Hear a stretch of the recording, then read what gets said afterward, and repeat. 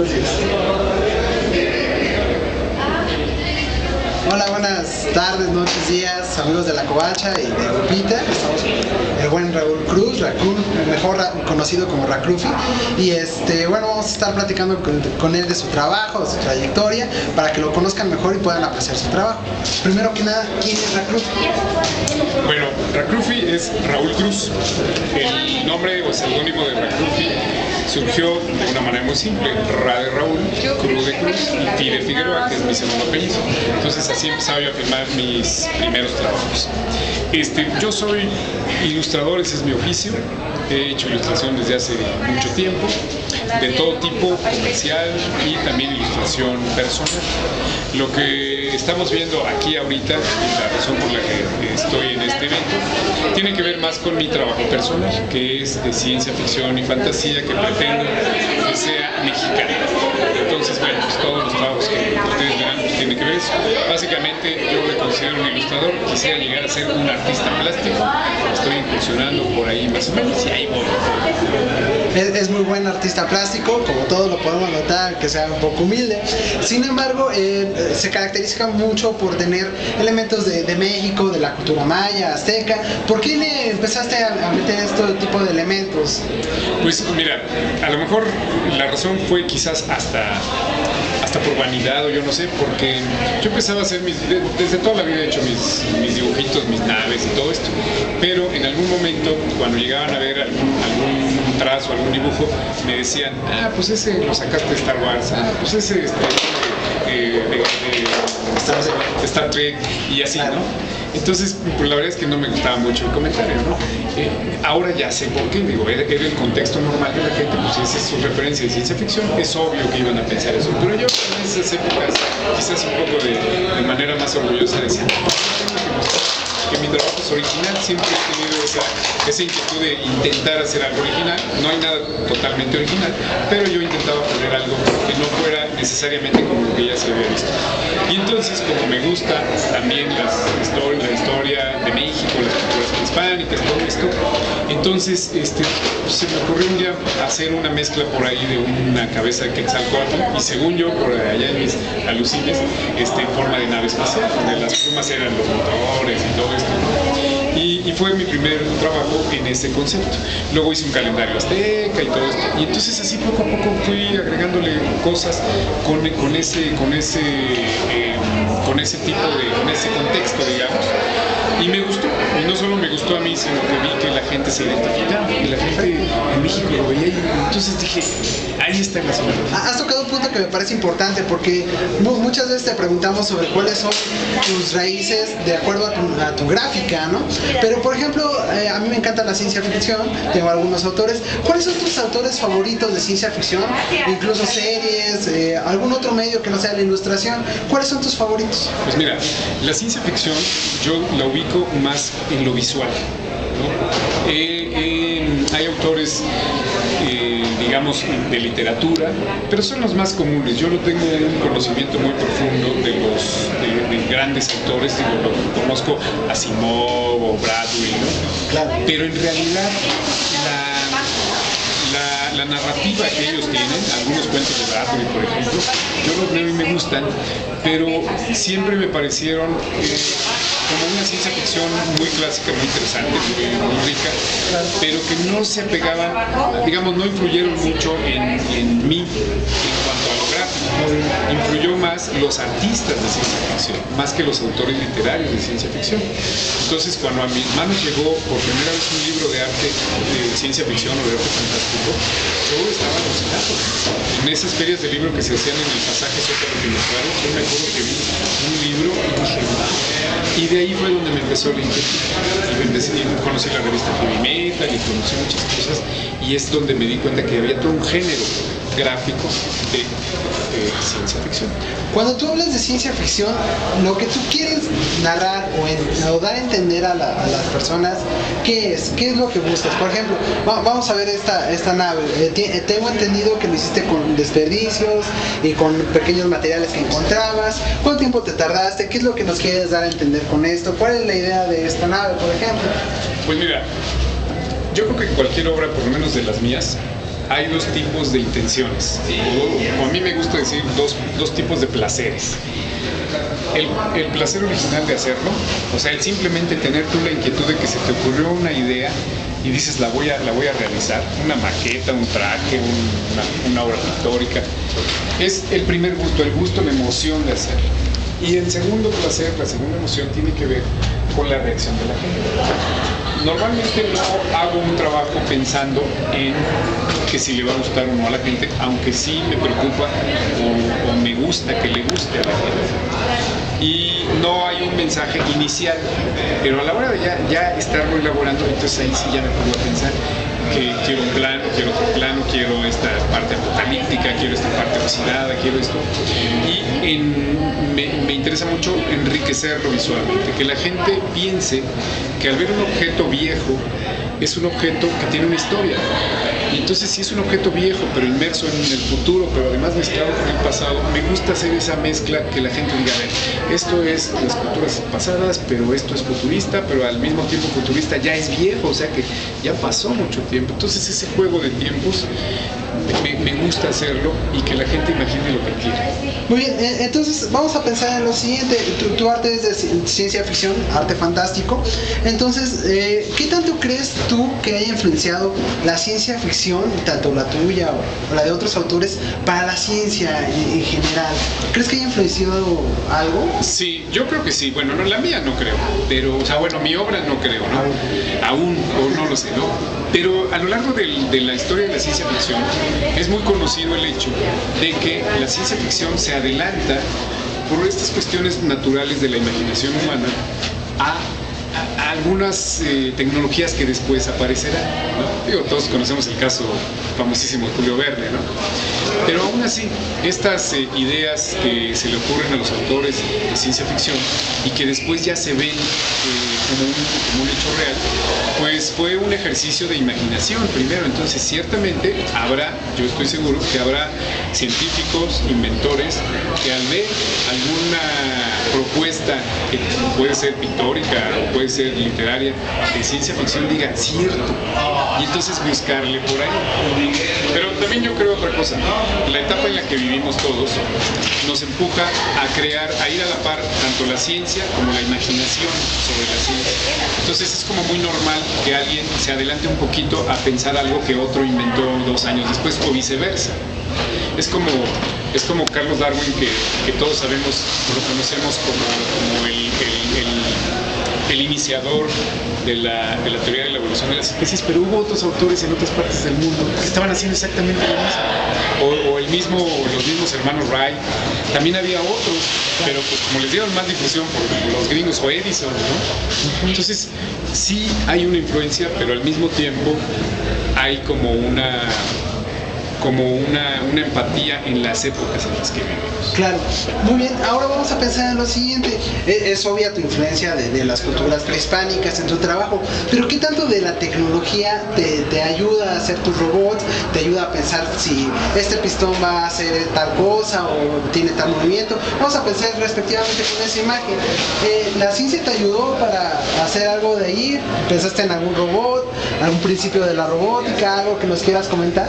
Bueno, la ciencia en sí, yo no tengo conocimientos de ciencia, o sea, me refiero salvo lo que la escuela básica te da, pero más bien es un ejercicio de imaginación y de lógica.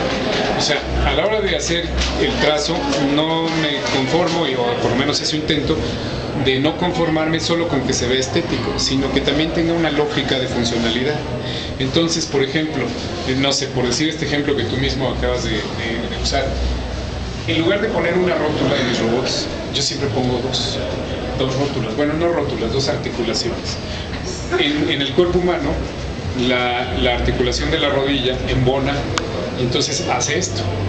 Pero si esto lo hiciéramos con un robot, nosotros podemos sentarnos en cuclillas porque nuestra carne es flexible y entonces a la hora de juntar las piernas se puede aplastar, por decirlo de alguna manera, pero en un material sólido no se puede. Entonces, si hago una articulación, una sola articulación, a la hora de que se dobla, no puede doblarse totalmente. Nada más llegaría a un punto y ahí habría un toque. Pero si le ponemos dos articulaciones, entonces ya se pliega completamente y se toca una extremidad con otra. Entonces, todo ese tipo de cosas, de poner doble articulación, de poner esas dos que están sostenidas con una sola, etcétera, pistones para que suban y bajen, pues es más bien un ejercicio de lógica, ¿no? De lógica, no sé si llamarle lógica mecánica o lógica, no lo sé, pero por ahí va el asunto. Podría ser de biomecánica. De biomecánica, ¿no? Perfecto. En ese sentido podemos ver toda tu obra y de alguna manera lo que nos evoca es algo fatal, algo que pasó, algo que está extraño. Hay una razón por la que estos robots están de esa manera, ¿no? También podemos ver una dinámica, algo que cuenta. Sin embargo, en un contexto como, yo lo siento así, como de guerra, como posguerra, tal vez como llegando a algún lugar apocalíptico, ¿no? ¿Qué nos puedes contar con respecto a esto? Mira, esa es una respuesta muy difícil de generar de mi parte, porque es un poco espontánea, o sea, no es algo demasiado razonado de mi parte. Yo recuerdo cuando jugaba, cuando era niño, todas mis aventuras, o sea, mi hora de juego, todas terminaban en destrucción, entre comillas. Haz de cuenta, con una caja de cartón hacía yo el cuartel general de mis soldaditos y que los tanques y no sé qué. Y ya cuando ya me había cansado, pues era destruirlo y entonces lo rompía, lo tiraba, incluso llegué hasta prenderle fuego en algunos casos, ¿no? Entonces, ese punto final, digamos, es algo que a mí pues me gustaba mucho. Otra cosa que me llama mucho la atención, y creo que es general, pero bueno, pues yo intento plasmarlo, es el hecho de que tenemos un gusto natural por lo viejo y por lo abandonado, por lo oxidado. Quiero pensar que es porque eso nos cuenta, sabemos que tiene una historia. Cuando yo veo lugares abandonados, cuando veo fotos, hace poco vi un documental de las áreas donde despegaron los Apolos, y ya las veo viejas y oxidadas, y no sabes, yo cuando lo vi tuve un impulso textual de en ese momento ir a comprarme un boleto de avión a Cabo Kennedy y estar ahí, o sea, esa necesidad de estar en ese lugar viejo, porque sé que ahí pasó algo, y además en ese caso, pues yo sé lo que pasó, ahí salieron los cohetes para la luna. Entonces, esos lugares abandonados que tienen una historia es lo que yo intento plasmar en mis trabajos. Lugares abandonados en los que algo pasó y que la gente se imagine lo que quiera, pero saber que hay una historia detrás de eso. Entonces, no sé, me causa mucho placer eso, no te sabría explicar por qué, pero me causa mucho placer. Muy bien, entonces en ese sentido de tener que imaginar cuál es la historia de cada uno de los cuadros, supongo que el autor obviamente debe tener alguna interpretación. Por ejemplo, este cuadro de aquí, ¿qué historia tienes tú para él? Mira, sí tienen una historia, pero no tienen una historia de principio a fin. Claro. Es como un momento. Sí. Aquí este momento yo lo que quise plasmar es, a diferencia de otros que son apocalípticos y de destrucción, a diferencia de este, quise plasmar una ciudad futurista, ¿no? Futurista, pero no destruida, sino al contrario, evolucionar, donde se conserva todavía uno de los viejos construcciones, pero que ya incluso está en un área flotando y ya los vehículos están también flotando. Y además, en este caso, es una carrera, porque junto al Palacio de los Deportes, pues está el autódromo. Entonces, en este caso, la idea es que sea una carrera ya no de coches, sino de naves espaciales, que por eso tienen un número, 5, 8, y la meta es eso. Entonces todos van recorriendo y es una carrera en realidad. Es una competencia de vehículos futuristas y que se hacen todavía en el para entonces viejo Palacio. Me parece perfecto y extraordinario esa visión. Ahora cuéntanos de este cuadro de abajo, ¿qué influencias tomaste de las culturas prehispánicas para hacer el trabajo? Pues mira, la cultura maya es para mí la cultura la cultura para mí la más maravillosa, por lo menos a nivel estético, de las culturas prehispánicas. Entonces, pues me gusta mucho las posiciones de los reyes mayas y todo esto, ¿no? Entonces, esto es un poco de eso. Aquí los robots le están llevando las cabezas de los enemigos para que el rey los esté evaluando.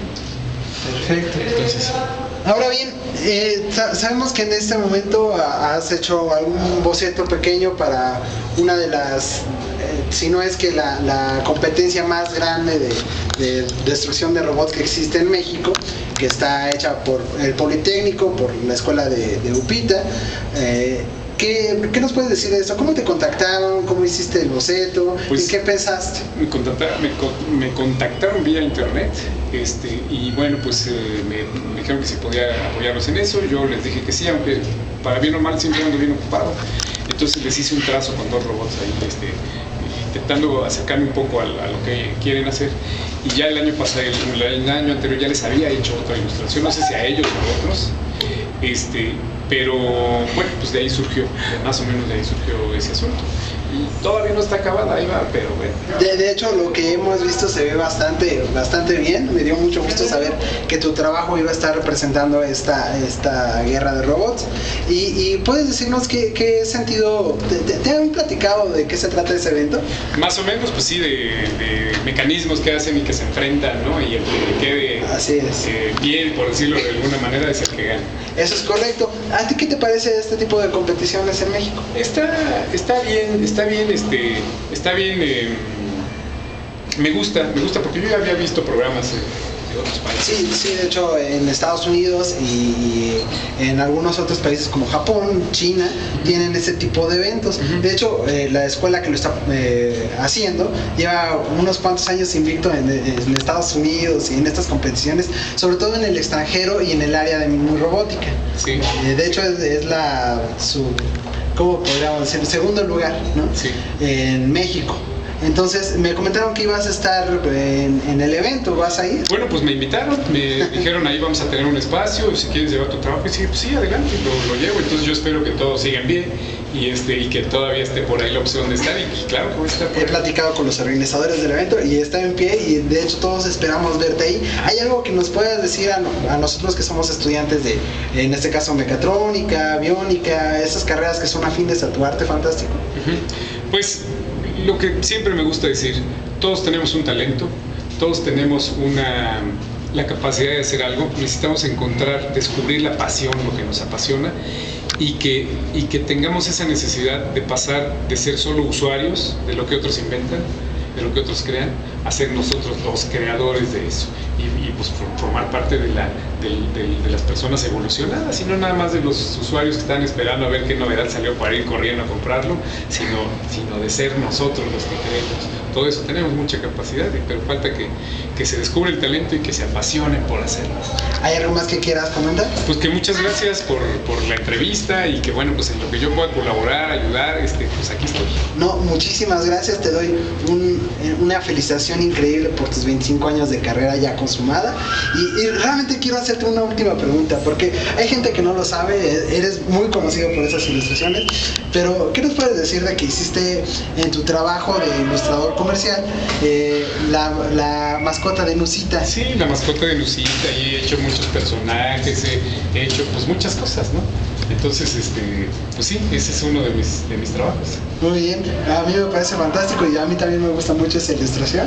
Me da mucho gusto haber platicado contigo, espero que se hayan llevado una buena impresión de nuestro amigo Racrufi, y por mi parte sería todo. Muchísimas gracias, en serio. Gracias. Hasta luego. Gracias, hasta luego.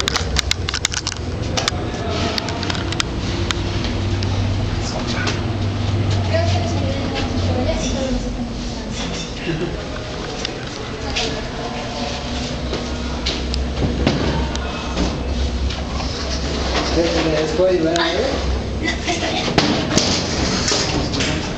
Creo que